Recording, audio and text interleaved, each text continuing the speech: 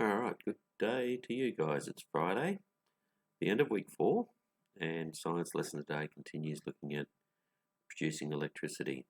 We're going to look at one more renewable energy source today, but I'm making life a lot more easy for you today. I'm providing you with a lot of the work. Okay, so it's all to do with hydroelectric power, or tidal power. So we're going to watch a video in a moment which talks about power of energy from tides or waves, and currently New Zealand is investigating the use of this. So let's watch the video.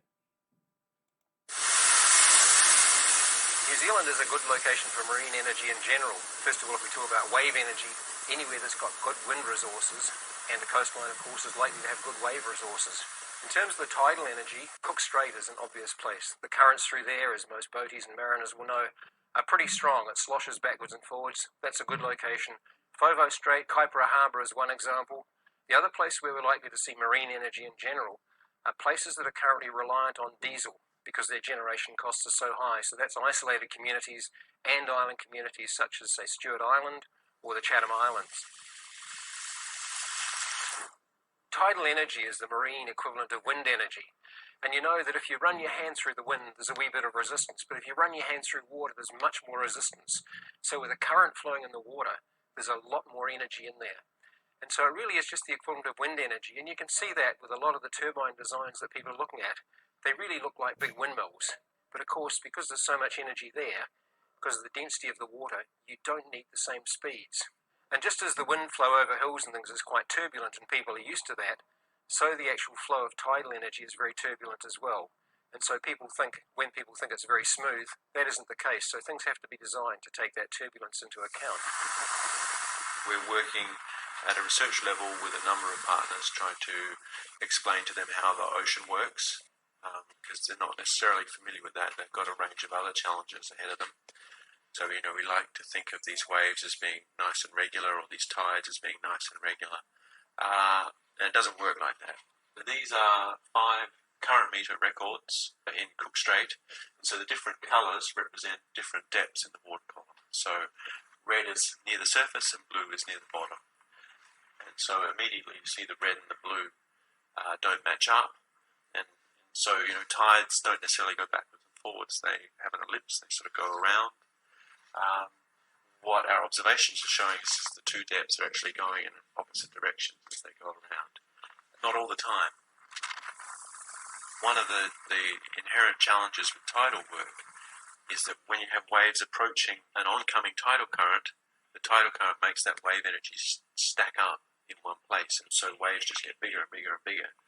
And so the rest of Cook Strait on this particular day was really quite benign. It was quite a nice day. But there was a small wave field that was just getting trapped and built up here. And this is only 3 or 4 meters worth of wave height. They're quite short and steep, but it's not uncommon to have 2 to 3 times that sort of wave field out there. This is one of the 2 leading designs. I'm guessing that we would likely see this sort of technology at a single experimental test device level within a couple of years. If you really had the cash, you could probably have one in New Zealand within a couple of years. So we are at the start of this sort of industry, if you like. And so that's why it's vital to get it as right as possible, because any sort of mistakes, accidents, sort of negative publicity at this early stage will just slow it down more. So, the challenge is there to do it as well as possible. Okay, some very informative information there. Alright, so as I said, I'm going to make this a bit easier for you, so I've already provided a lot of the information for you. So that talks about how we get the power, and it talks about the different devices, so surface devices, underwater devices, or even in the form of a reservoir, which takes advantage of waves moving in that reservoir on a coastline. The next tables were also filled in. It's not in dot point form. The only thing that I have added is a short, brief energy chain summary like that, moving water to turbines to generator to electricity. And that's shared with wind turbines as well, and hydroelectric ones, and I imagine geothermal, so a lot of them just use that basic energy chain. As soon as you have movement, you can attach a generator which produces electricity immediately. So currently in Australia, 85% of electricity is generated from fossil fuels and 15% through renewable energy sources such as hydroelectricity, wind, solar and bioenergy. We haven't actually investigated bioenergy, but bioenergy is talking about burning really waste products, such as when they produce sugar from sugarcane, a lot of the pulp is burned and used as a source of energy because plants, as we know, store energy, and rather than just it getting wasted, they've worked out that it can actually be burned, and so it's sort of using up a type of product that otherwise had not a lot of other use. So fossil fuels are predominantly used because the amount of coal and natural gas used at any one time in the power stations can be controlled depending on the current demand of electricity. For example, during peak times, more coal can be added to the furnace in the power stations to produce more electricity or to generate more. However, for a power station relying on wind energy, it can only rely on the amount of wind present at any one time. So that really tells us that coal can be more reliable, and so that's an advantage. At the moment, electricity generated through renewable energy sources can't be stored commercially, so this method of generating electricity is generally used to provide electricity when it's needed. But in the future, when a storage method for electricity generated with renewable energy sources has been invented, then it will be a lot more in use. But how places generate electricity depends on their location and the availability of energy sources in the area. This concept here of where the location is and what energy sources are available very much ties into the assessment that's coming up. Now, an example to discuss location, for example, the Snowy Mountains Hydroelectric Scheme, located in the Kosciuszko National Park in New South Wales, collects large amounts of snow and rainfall that fall on the mountain ranges and channels it into 16 major dams. And these major sources of water are used for hydroelectric. So there's actually 7 major hydroelectric stations in the Snowy Mountain scheme, and they provide electricity to Sydney, Brisbane, Canberra, Melbourne and Adelaide. There you go, I've just learned something new. I just thought it was mainly in New South Wales, but clearly we can see it's generated through other states as well.